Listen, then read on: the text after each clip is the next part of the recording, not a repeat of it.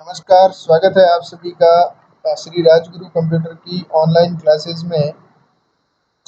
देखिए, WCD batch 2020 जो दिसंबर से शुरू हुआ था, उसमें हमारी 10-15 ऑफलाइन क्लासेस हुई थी।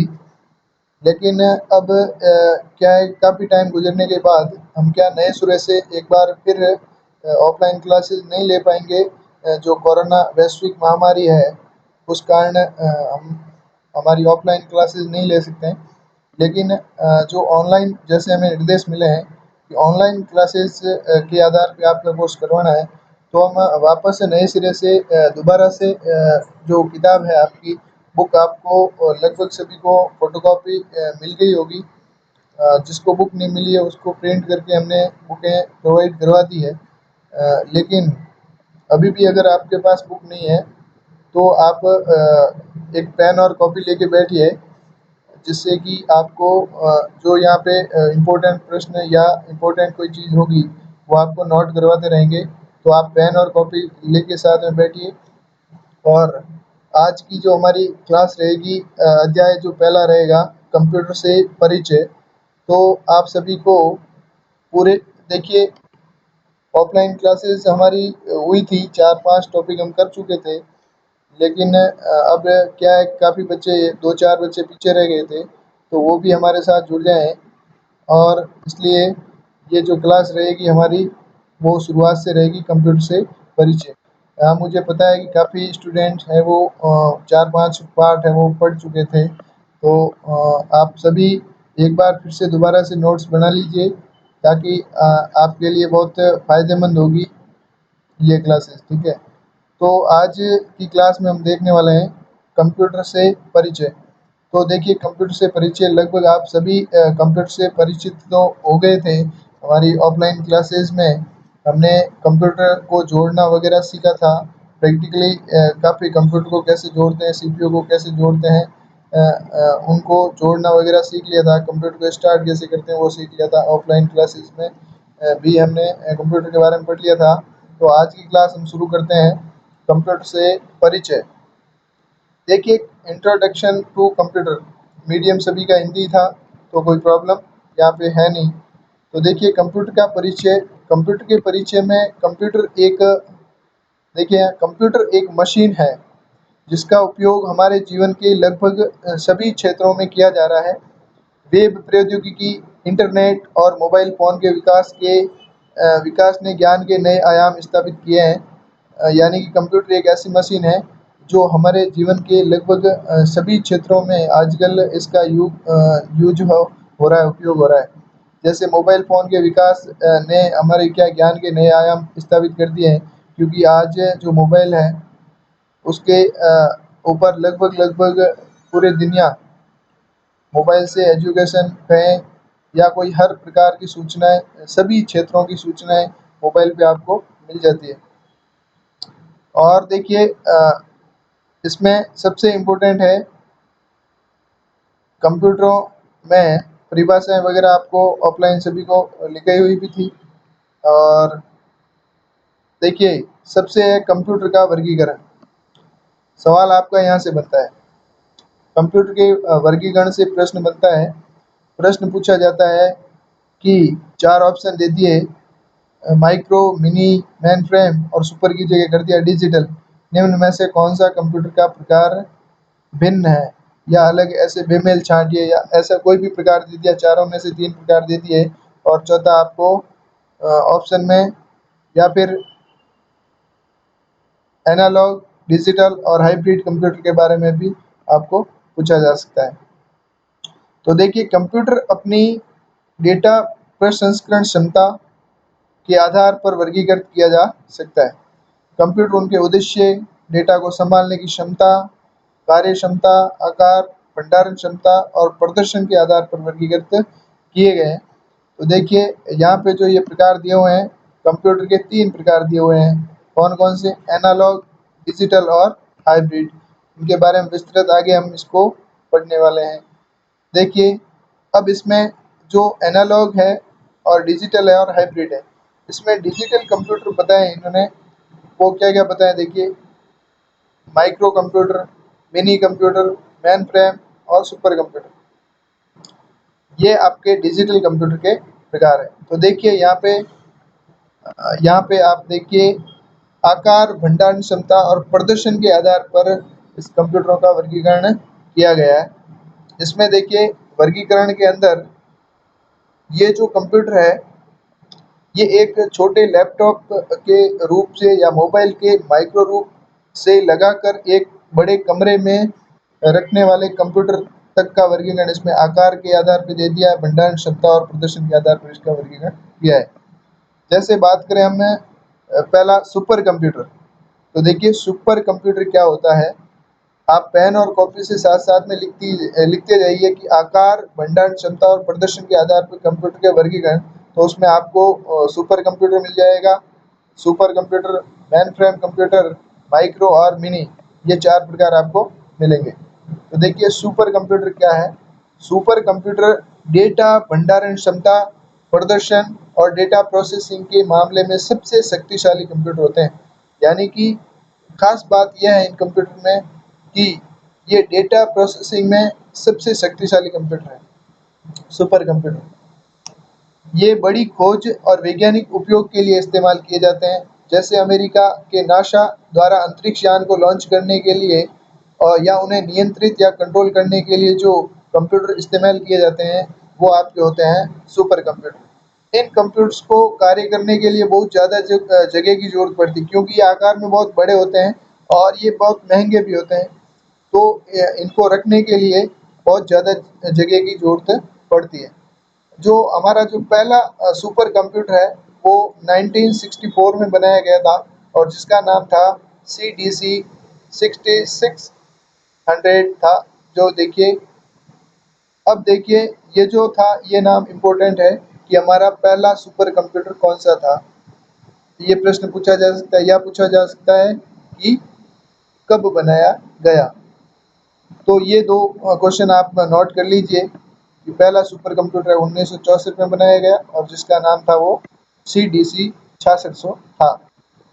अब इसके उपयोग देखिए, सुपर कंप्यूटर के उपयोग क्या-क्या है?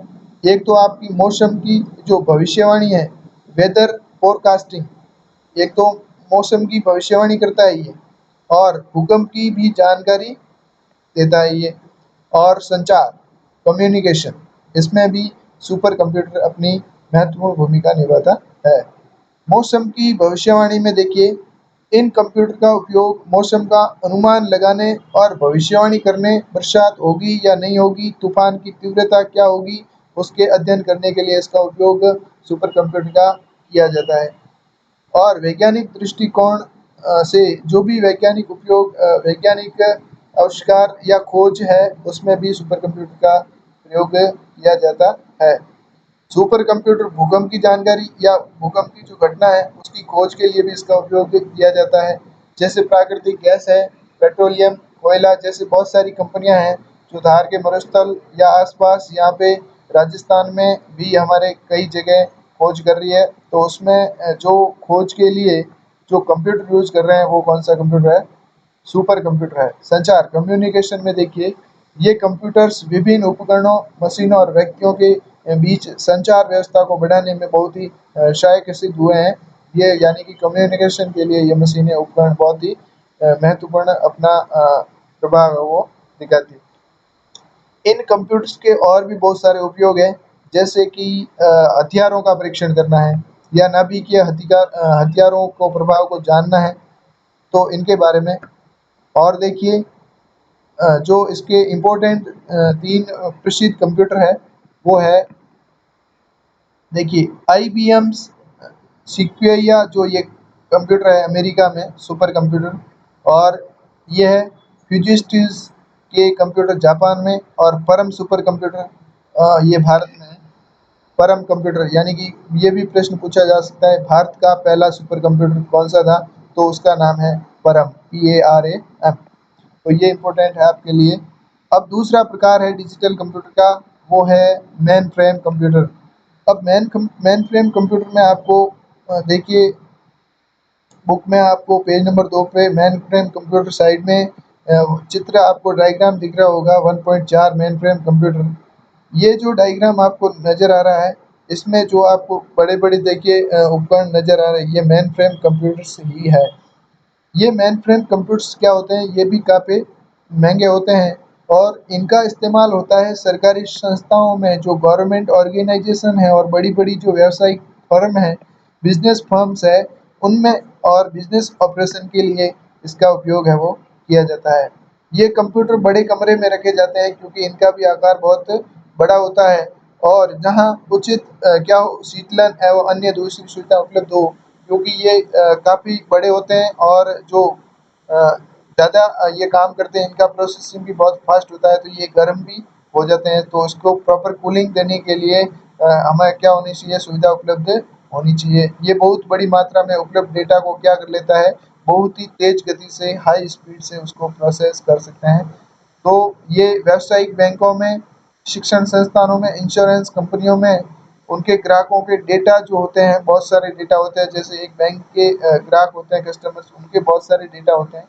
उनको रखने के लिए जो यूज़ किया जाता है, वो जो प्रॉपर यूज़ होता है, वो होता है मेन फ्रेम कंप्यूटर का। तो पॉपुलर मेन फ्रेम कंप्यूटर की बात करें तो ये फुजिस्टी ICL VME जो कंप्यूटर है एक, और एक हिताशी इसका Z800, ये 2 कंप्यूटर है जो मेन फ्रेम कंप्यूटर के उदाहरण हैं, ये आपको पूछे जा सकते हैं। तो ये मेन फ्रेम कंप्यूटर की इसमें जो मोस्ट है वो है आपका 2 इसके जो मुख्य पॉपुलर 2 मेन फ्रेम कंप्यूटर्स हैं, इनके नाम आपको याद करने हैं। ये आपको परीक्षा में पूछा जा सकता है। उसके बाद आते हैं हम मिनी कंप्यूटर पर। तो देखिए मिनी कंप्यूटर ये क्या होता है, प्राय छोटे व्यापारों में, दुकानों में वगैरह में इनको यूज़ किया जाता है। हालाँकि सुपर कंप्यूटर और मेन फ्रेम कंप्यूटर के समान शक्तिशाली नहीं होते हैं, लेकिन फिर भी ये शक्तिशाली मशीनों की गिनती में आते हैं, क्योंकि ये भी बहुत बड़ी-बड़ी गणनाओं को पलक झपकते ही या बस कुछ सेकंडों के अंदर ही ये अपनी गणना है वो कर लेते हैं। इनका उपयोग बड़ी या मध्यम वर्ग की कंपनियों और उत्पादन सदनों में इसका प्रोडक्शन हाउस जो होते हैं, उनमें इसका उपयोग किए जाते हैं। तो देखिए super computer, main frame computer वो दोनों काफ़ी आकार में बड़े होते हैं। मिनी कंप्यूटर उससे आकार में क्या होते हैं, छोटे होते हैं। ये कंप्यूटर्स एकल उपयोगकर्ता या बहु उपयोगकर्ताओं की अवधारणा पर कार्य करते हैं, क्योंकि ये एक तरह से इसको अकेला व्यक्ति यूज़ करता है, उपयोग करता है, और बाकी जो कंप्यूटर होता है उसमें काफ़ी असिस्टेंट लोग हैं वो उसको क्या करते हैं, यूज़ करते हैं। तो हमारे जो मिनी कंप्यूटर्स के उदाहरण हैं वो है K202 और टेक्सास इंस्ट्रूमेंट TI-990 और SDS-92, ये हमारे मिनी कंप्यूटर है 3। ये आपको 3 नाम याद करने हैं, पूछा जा सकता है। फिर इसका जो लास्ट है वो है अपना माइक्रो कंप्यूटर। डेस्कटॉप कंप्यूटर्स जो हमारे होते हैं, डेस्कटॉप कंप्यूटर यानी जो हमारी डेस्क टेबल पे जो हम रख के जो कंप्यूटर स्कूलों में और बैंकों में साधारणतः जो हम देखते हैं, जिसको हम कंप्यूटर्स कहते हैं, उन कंप्यूटर ये जो माइक्रो कंप्यूटर में ये इनका क्या नाम इसका रखा जाता है, माइक्रो कंप्यूटर में इनको रखा जाता है। लैपटॉप, लैप का मतलब गोद होता है, और गोद में रख के जिसको हम कंप्यूटर का कार्य करते हैं उसको लैपटॉप कहते हैं, जिसको आसानी से कहीं एक स्थान से दूसरे स्थान पर हम ले जा सकते हैं। PDS, टैबलेट्स या इसे पाम टेम भी कहा जा सकता है, कि पाम का मतलब हथेली होता है, और हथेली में जिसको रख के मोबाइल से थोड़ा सा बड़े आकार का होता है, उसे हम टैबलेट्स कहते हैं। या स्मार्टफ़ोन जो हम यूज़ कर रहे हैं, लगभग सभी लोग यूज़ करते हैं। ये सब माइक्रो कंप्यूटर्स के प्रकार हैं। तो माइक्रो कंप्यूटर्स के प्रकारों में आपको पता चल गया होगा कि एक तो डेस्कटॉप कंप्यूटर जो टेबल पे रख के हम काम करते हैं, एक लैपटॉप आप सभी ने देख रखा है, और टैबलेट्स और स्मार्टफ़ोन ये भी आपके क्या है, इस पे माइक्रो कंप्यूटर के प्रकार हैं। ये कंप्यूटर वाइडली इस्तेमाल किए जा रहे हैं, ताकि ये काफ़ी तेज़ गति से उभर रहे हैं। ये कंप्यूटर चारों बेसिक कंप्यूटर में सबसे सस्ते होते हैं। जो हमने बात की ऊपर सुपर कंप्यूटर की, मेन फ्रेम कंप्यूटर की, और उसके बाद मिनी कंप्यूटर की, और जो माइक्रो कंप्यूटर की बात करें, तो इन चारों की तुलना में सबसे सस्ते जो होते हैं वो होते हैं माइक्रो कंप्यूटर। और लगभग आम लोग होते हैं, साधारण लोग जितने भी यूज़ करते हैं अपने छोटे मोटे व्यवसाय में, कार्यालयों में, तो डेस्कटॉप या लैपटॉप का यूज़ कर रहे हैं, क्योंकि ये खर्चे में सबसे सस्ते होते हैं और ये भी अपनी गणनाओं को काफ़ी तेज़ी से पूरी कर लेते हैं। इसका उपयोग संचार, कम्युनिकेशन के लिए, एजुकेशन के लिए, मनोरंजन एवं अन्य दूसरे काफ़ी उद्देश्यों के लिए, ऑफ़िस कार्यों के लिए इसका उपयोग किया जाता है। माइक्रो कंप्यूटर, अब देखिए माइक्रो कंप्यूटर जो हमने बात की, तो उसमें देखिए यहाँ पे त्वरित समीक्षा, आपकी जो आपने अभी तक पढ़ा है उसकी समीक्षा करने के लिए 3 क्वेश्चन दिए हुए हैं। अब आपको जो यहाँ पे मैंने बताया है इसमें से, और जो आपकी बुक है उसको देख के आपको इनका उत्तर अपने आप खोजना है कि हम गति, भंडारण और प्रदर्शन के आधार पर कंप्यूटर को कैसे वर्गीकृत करते हैं। हमने अभी वर्गीकृत किए हैं, उनका ही हम अध्ययन कर रहे थे। पर्सनल कंप्यूटर और सुपर कंप्यूटर के बीच अंतर क्या होता है? पर्सनल कंप्यूटर जो हमारा पीसी होता है, डेस्कटॉप कंप्यूटर, लैपटॉप या कोई भी ऐसा, और सुपर कंप्यूटर जो हमने बात की बहुत बड़े होते हैं आकार में और गणनाएँ बहुत फास्ट करते हैं, वैज्ञानिक खोज वगैरह में काम में लिए जाते हैं, मौसम की भविष्यवाणियों में काम में लिए जाते हैं, उनके बीच में अंतर को हमें बताना है। और भारत के पहले सुपर कंप्यूटर का नाम क्या है? जो हमारा था परम कंप्यूटर, उसका नाम आपको लिखना है। अब देखिए कंप्यूटर के सिस्टम के लाभ क्या-क्या हैं? कंप्यूटर सिस्टम के लाभ, अब कंप्यूटर सिस्टम के लाभ की बात करें, कंप्यूटर की विशेषताओं की बात करें, तो देखिए कंप्यूटर की क्या-क्या विशेषताएँ होती हैं। कंप्यूटर्स की जो विशेषताएँ हैं, बेसिक बेनिफिट्स ऑफ कंप्यूटर, ये बहुत ही इम्पोर्टेंट प्रश्न इसमें से बनता है, काफ़ी अच्छा प्रश्न बनता है, बहुत ही प्यारा प्रश्न इसमें से बनता है आपके। वो बनता है स्पीड, शुद्धता, उच्च संचयन क्षमता और विविधता और परिश्रमशीलता। यानी कि ये जो 5 विशेषताएँ दे रखी है, तो आपको प्रश्न सीधा पूछा जाता है डायरेक्ट, आपको सवाल में बिल्कुल सीधी भाषा में पूछा जाता है, निम्न में से कंप्यूटर की विशेषता नहीं है। जैसे स्पीड, शुद्धता, विविधता और एक कुछ अलग दे दिया, सोचने की क्षमता, ऐसा कुछ प्रश्न आपको दे दिया, तो इसमें से कौन-सी विशेषता नहीं है? तो कंप्यूटर की विशेषता अभी तक ये नहीं है कि कंप्यूटर सोच नहीं सकता। कंप्यूटर को जैसा हम कमांड देंगे, जैसा हम इनपुट प्रोवाइड करवाएँगे, वैसा वो हमें आउटपुट है वो प्रोवाइड करवाता है। तो स्पीड, कंप्यूटर की बहुत ही उच्च गति होती है और उससे वो डेटा है प्रोसेस करता है। कंप्यूटर डेटा की एक बड़ी मात्रा वो संसाधित करने के लिए कुछ ही सेकंड लेता है, अर्थात हमारे जो लाखों करोड़ों निर्देश होते हैं, उनको कुछ ही सेकंडों में ये प्रोसेस कर लेता है। एक्यूरेसी की बात करें, शुद्धता की, तो कंप्यूटर द्वारा उत्पादित परिणाम पूर्ण रूप से सही होते हैं। ऐसा कभी नहीं होता है कि हम कोई जोड़ कर रहे हैं, गुणा कर रहे हैं, भाग रहे हैं, जैसे गणितीय कोई गणना कर रहे हैं, तो उसमें हम जैसे हम जनरली हम खुद करते हैं, तो हमारी कभी-कभी क्या होती है, गलती हो जाती है, भूल जो हो जाती है, लेकिन कंप्यूटर कभी भी भूलता नहीं है, वो हमेशा शुद्ध परिणाम हमारे सामने रखता है। यानी कि हमने अगर इनपुट सही दिया है, तो वो बिल्कुल ही सही परिणाम हमें प्रोवाइड करवाएगा। यदि कंप्यूटर में सही डाटा दर्ज किया जाता है, तो प्राप्त परिणाम एकदम सटीक होगा। कंप्यूटर गीको गार्बेज इन गार्बेज आउट के सिद्धांत पर काम करता है। उस संचयन क्षमता, हाई स्टोरेज कैपेसिटी, यानी कंप्यूटर की मेमोरी बहुत अधिक होती है कि वो बहुत ही बड़ी मात्रा में डेटा को क्या कर सकता है, स्टोर कर सकता है। कोई भी जानकारी हमें चाहिए लंबे समय के लिए उसमें स्टोर रहती है, उसकी पुनरावृत्ति से हमें बचा जा सकता है, क्योंकि इस सुविधा के साथ कंप्यूटर में बहुत सारी ऐसी जानकारियाँ लंबे समय के लिए पड़ी रहती है, और उसे हम क्या कर सकते हैं, सर्च बॉक्स में जाके नाम लिखेंगे तो वो आपको दिखा देगा। यानी कि कंप्यूटर में हाई स्टोरेज कैपेसिटी होती है। विविधता, देखिए विविधता क्या होती है कंप्यूटर में, कि कंप्यूटर कार्यों को करने के लिए उपयोग किया जा सकता है। अनेक कार्य कौन-कौन से, जैसे हम पत्र लिखने के लिए वर्ड्स यूज़ कर लेते हैं, और पत्र तैयार करने के लिए पेपर शीट्स, संगीत सुनने के लिए वस्तुओं की प्रबंध, यानी कि अनेक ऐसे कई कार्य हैं जो कंप्यूटर से किए जाते हैं। अब देखिए परिश्रमशीलता, डिलीजेंस, यानी कि कंप्यूटर एक मशीन होते के नाते वो थकान, कभी भी उसमें थकान नहीं है, एकाग्रता की कमी नहीं है और बोरियत से मुक्त होता ही है। यानी कि वो कभी बोर नहीं होता है कि यार अब मुझे छोड़ दो, मैं बोर हो गया हूँ, ऐसा कभी नहीं होता है। कंप्यूटर कभी भी थकता नहीं है, ना वो एकाग्रता की उसमें कमी होती है। कंप्यूटर जिस गति से पहले निर्देश को प्रोसेस कर रहा है, उसी गति से आप 10 घंटे तक कर रहे हैं, अगर कुछ काम कर रहे हैं कंप्यूटर पे, तो 10 घंटे के बाद 10वें घंटे में जो भी आप निर्देश दोगे उसको भी उतने ही टाइम से वो प्रोसेस करेगा जितना आपने पहले कमांड में कर रहा है। कंप्यूटर्स की कुछ लिमिटेशन भी है कि कंप्यूटर एक मूक मशीन है। वह स्वयं कुछ नहीं कर सकता, वो स्वयं बोल नहीं सकता, वो स्वयं सोच नहीं सकता। यानी कि कंप्यूटर एक इलेक्ट्रॉनिक मशीन है जो कि डेटा को ग्रहण करने की क्षमता रखता है तथा जो हमारे दिए गए दिशा निर्देश हैं या जो हमारा आउटपुट है उसको सिग्नल के रूप में हमें आउटपुट देता है। यानी कि एक अप्रत्याशित स्थिति में कंप्यूटर अपने आप कोई भी निर्णय नहीं ले सकता जब तक कि उसको बाह्य कोई कमांड है वो नहीं दिया जा सकता।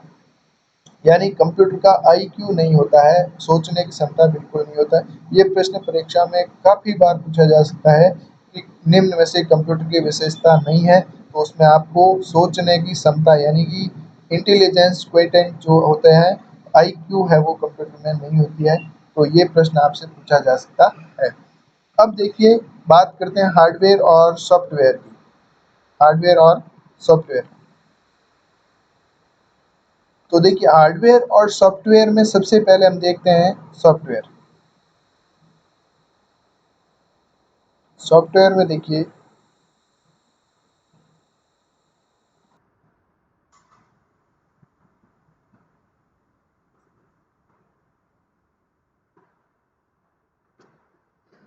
सॉफ्टवेयर देखिए सॉफ्टवेयर के अंदर हम कंप्यूटर की मदद से विभिन्न प्रकार के कार्यों को संपन्न कर सकते हैं।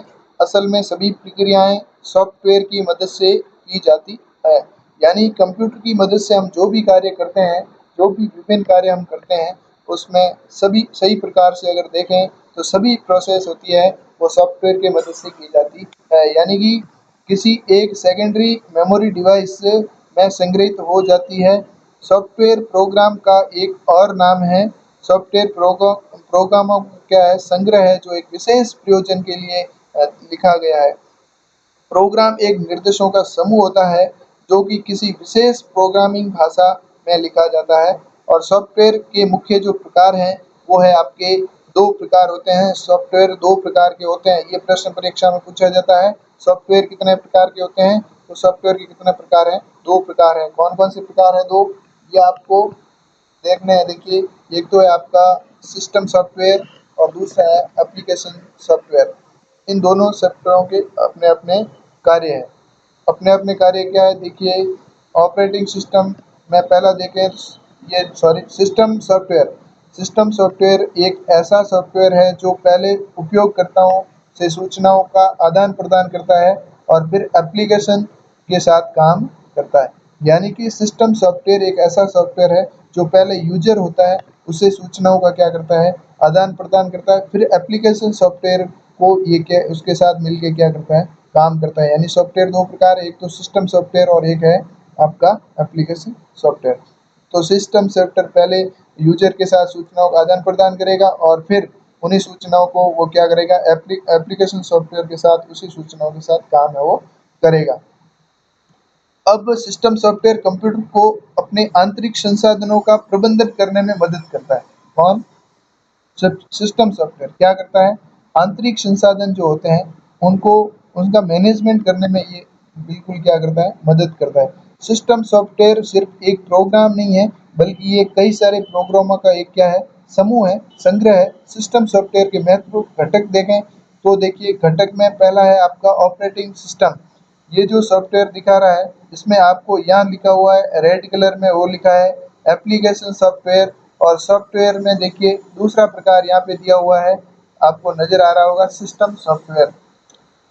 अब सिस्टम सॉफ्टवेयर में इन्होंने देखिए operating system, device and drivers, system utilities और लैंग्वेज ट्रांसलेटर, ये सब दिए हैं वो क्या सिस्टम सॉफ्टवेयर हैं। और इसके अलावा ये जो ऊपर रेड कलर में लिखे हैं ये सब क्या लिखे हैं इन्होंने, ये एप्लीकेशन सॉफ्टवेयर के प्रकार लिखे हैं और यहाँ लिखे हैं। तो यहाँ पे इस डायग्राम के माध्यम से आप मोटे तौर पे इसके सीधे नाम याद कर सकते हैं कि सॉफ्टवेयर होते हैं वो दो प्रकार के होते हैं। ऊपर रेड कलर में आपको दिख रहा है एप्लीकेशन सॉफ्टवेयर और यहाँ दिख रहा है आपको थोड़े लाइट ब्लैक में दिख रहा है सिस्टम सॉफ्टवेयर। और यहाँ पे एप्लीकेशन सॉफ्टवेयर के रेड कलर में ये इतने प्रकार है और इसके भाग दिए आपको सिस्टम सॉफ्टवेयर के ये वाले। तो पहला ऑपरेटिंग सिस्टम ओएस क्या होता है, देखिए ऑपरेटिंग सिस्टम सिस्टम कंप्यूटर जो कि कंप्यूटर हार्डवेयर और सॉफ्टवेयर संसाधन सीपीयू मेमोरी इनपुट और आउटपुट आदि का प्रबंधन और कंप्यूटर प्रोग्राम के लिए आम सेवाएं प्रदान करता है।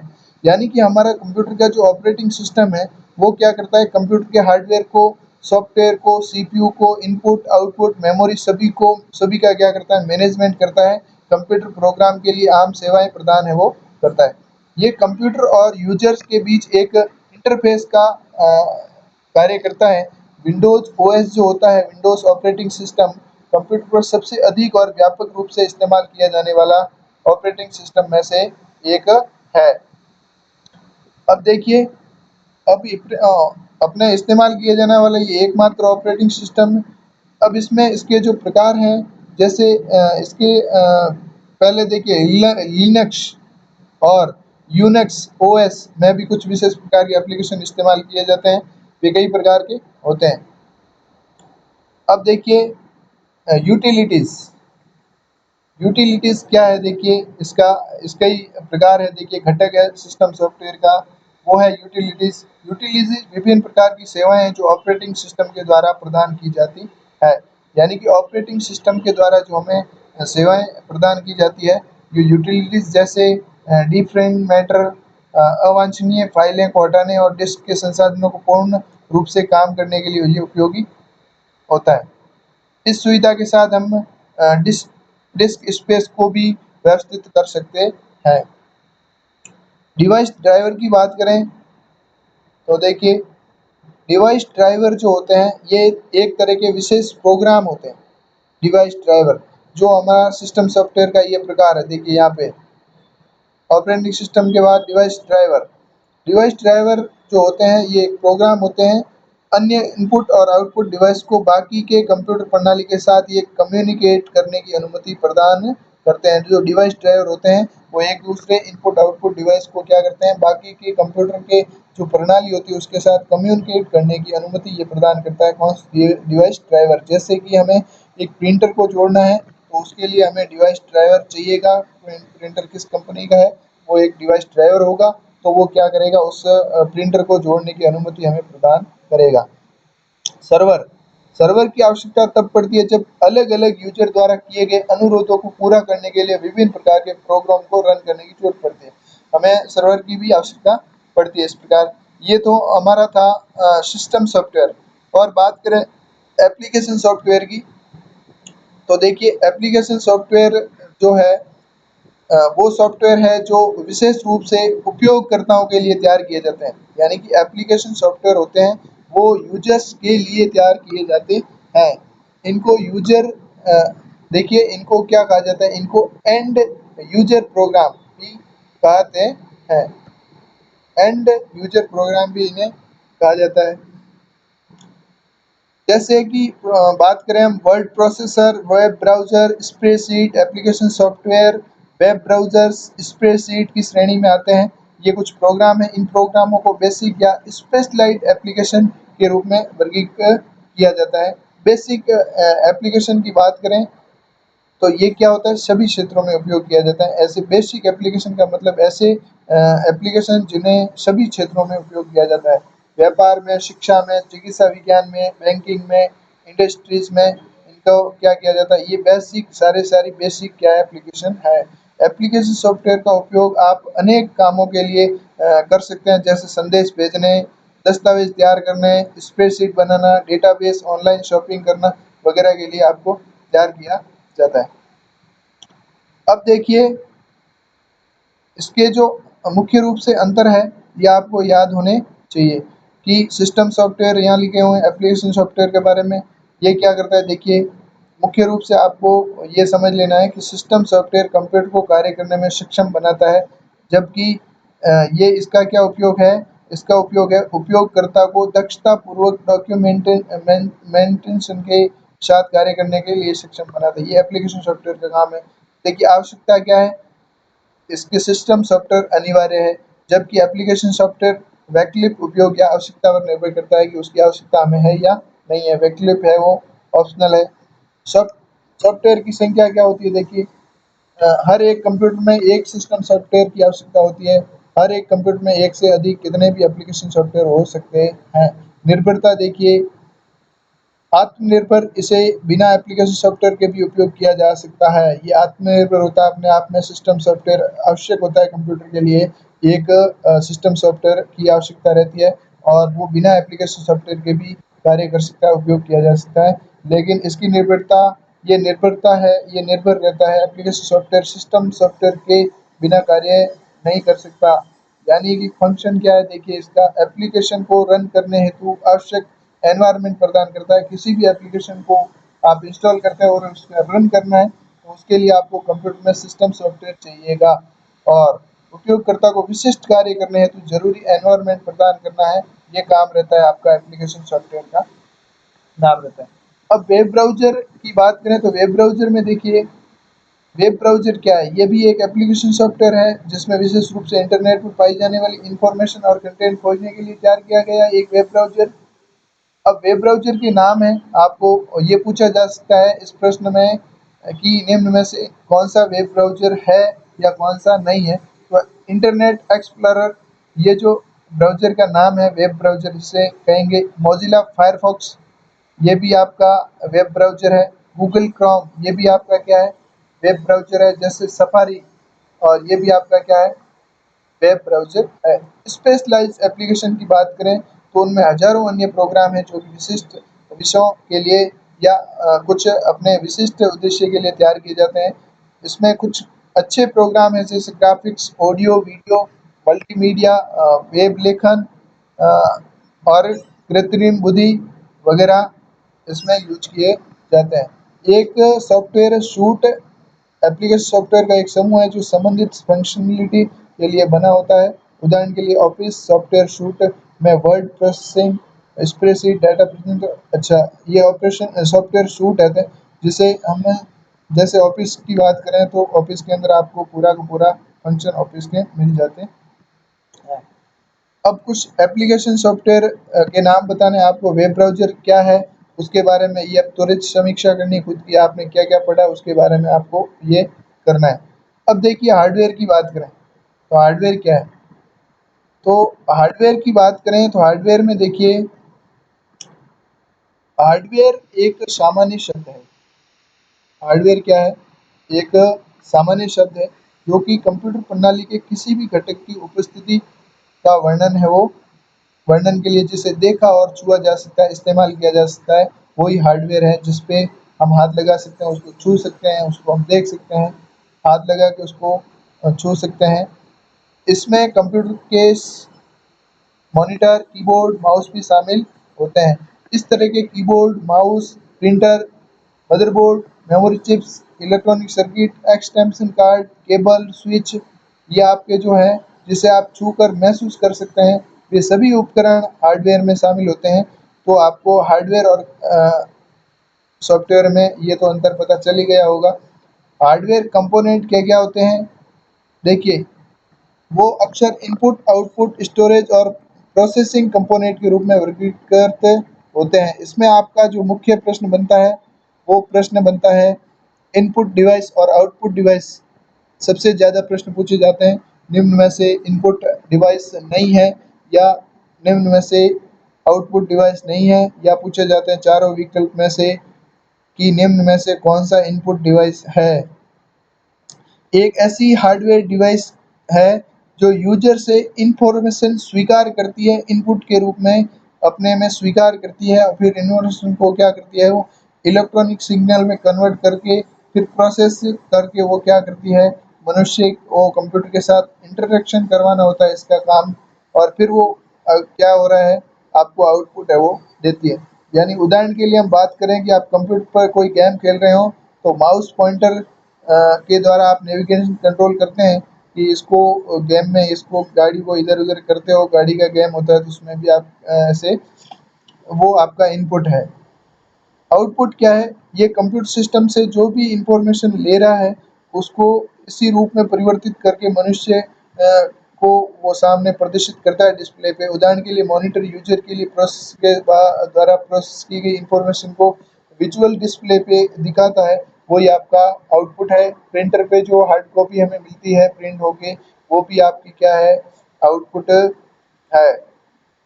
प्रोसेसिंग डिवाइस, कंप्यूटर के भीतर इंफॉर्मेशन की प्रोसेसिंग के लिए जिम्मेदार जो कंपोनेंट है, वो है आपका सीपीयू, मेमोरी और मदरबोर्ड।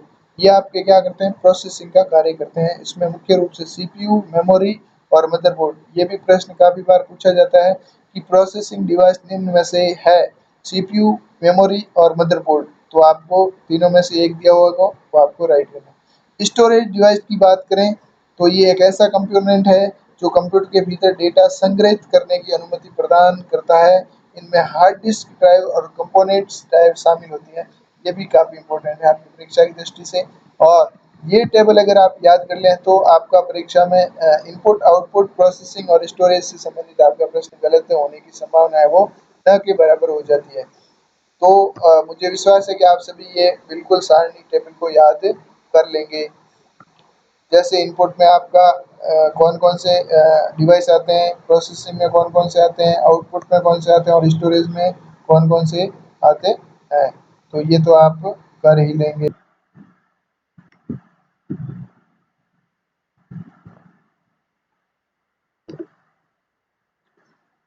अब आता है अगला, कंप्यूटर के उपयोग, यूजेस ऑफ कंप्यूटर्स।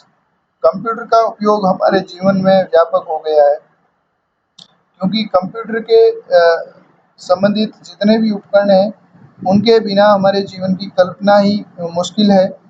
क्योंकि कंप्यूटर से संबंधित जितने भी उपकरण हैं, जैसे मोबाइल है, ये भी एक कंप्यूटर का ही पार्ट्स है, उसके ही संबंधित, उससे संबंधित उपकरण है।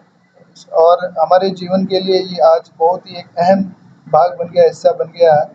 कंप्यूटर ने हमारे जीवन को आसान बना दिया है, ईजी बना दिया है, सरल बना दिया है, सिंपल बना दिया है, कुशल, इफिशिएंस और उत्पादक, प्रोडक्टिव बना दिया है। कंप्यूटर आज लगभग सभी क्षेत्रों में, जैसे शिक्षा हो, चिकित्सा हो, वैज्ञानिक अनुसंधान हो, प्रशासन हो, परिवहन हो, रेलवे हो, चाहे रोडवेज हो, चाहे संचार हो, कम्युनिकेशन, व्यापार हो, मनोरंजन हो, घर या अस्पताल, हॉस्पिटल आदि सभी में कंप्यूटर का इस्तेमाल हो रहा है। ऐसी कोई संस्था या छोटे-मोटे कार्यालय नहीं होंगे जिनमें कंप्यूटर का उपयोग नहीं होता है।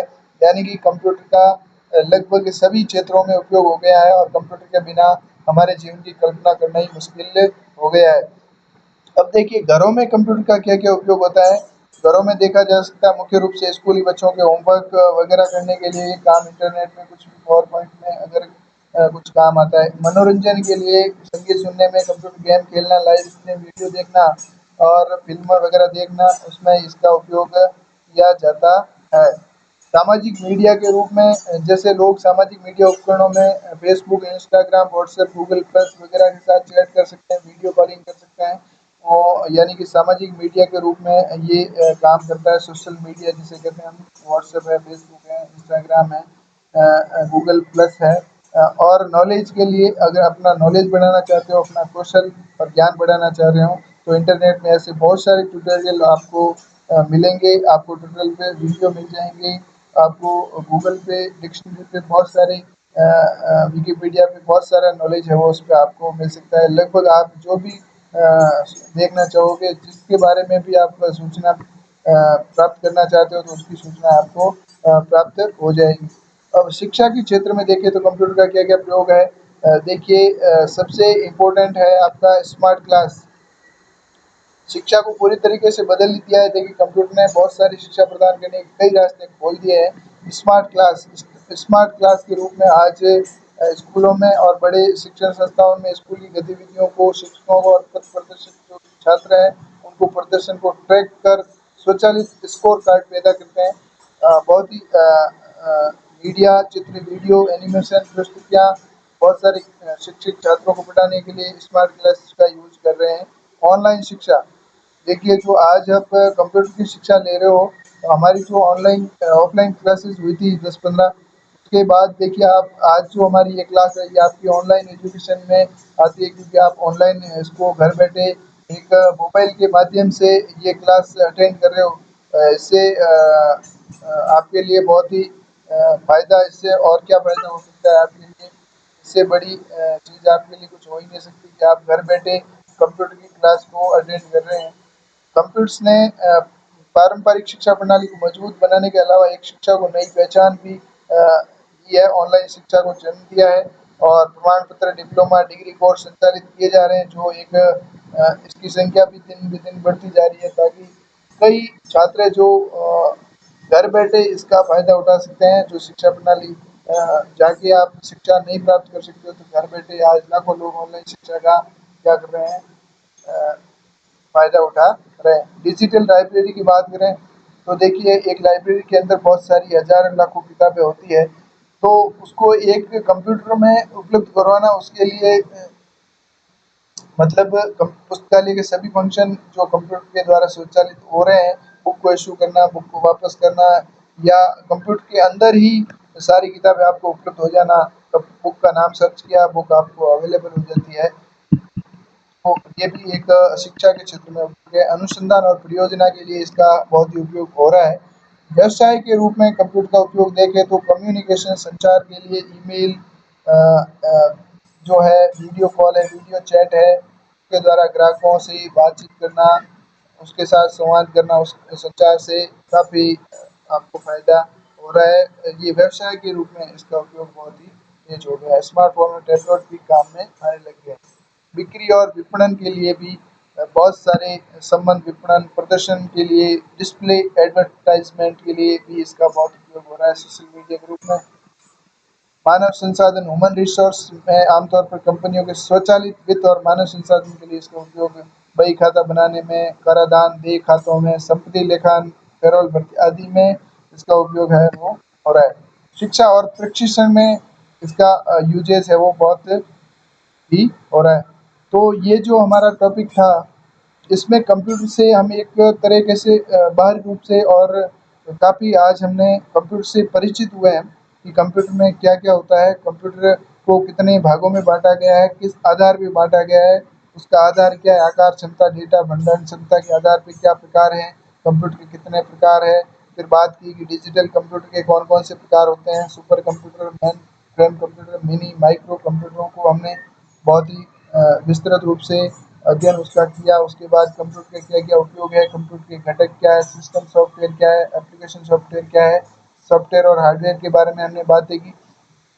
अब जो व्यक्तिगत प्रश्न 4, 5, 7, 8 प्रश्न दिए हुए हैं, उसको आपको सॉल्व करना है और इनको एक बार आप ज़रूर पढ़ लीजिए कि इनमें से काफ़ी परीक्षाओं में पूछा जाता है। जैसे एक आउटपुट डिवाइस का एक उदाहरण है, आउटपुट का एक उदाहरण है। तो देखिए, स्कैनर स्कैन करता है, इनपुट डिवाइस है, टैब, सॉफ्टवेयर और प्लॉटर। देखिए प्लॉटर, प्लॉटर क्या है? एक आउटपुट है जो कुछ छाप के हमें देता है प्लॉटर।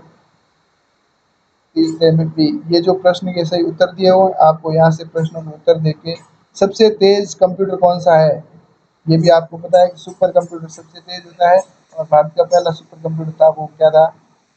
परम कंप्यूटर था। ये देखिए, कंप्यूटर सिस्टम की एक सीमा होती है, यानी कि उसकी विशेषता नहीं होती, स्पीड होती है, शुद्धता होती है, परिश्रमिक होता है, थकता नहीं है, बुद्धि का अभाव होता है। देखिए इसमें यानी कि इंटेलिजेंस नहीं होती है, आईक्यू नहीं होती है इसकी। तो धन्यवाद सभी, आप हमारे साथ जुड़ के देखेंगे क्लास को। और अगर आपको कोई भी किसी भी तरह की प्रॉब्लम आ रही है, तो आप व्हाट्सएप ग्रुप में हमें क्या कर सकते हैं, मैसेज कर सकते हैं। आपकी जो प्रॉब्लम है उसका 100% निस्तारण किया जाएगा। धन्यवाद, थैंक यू।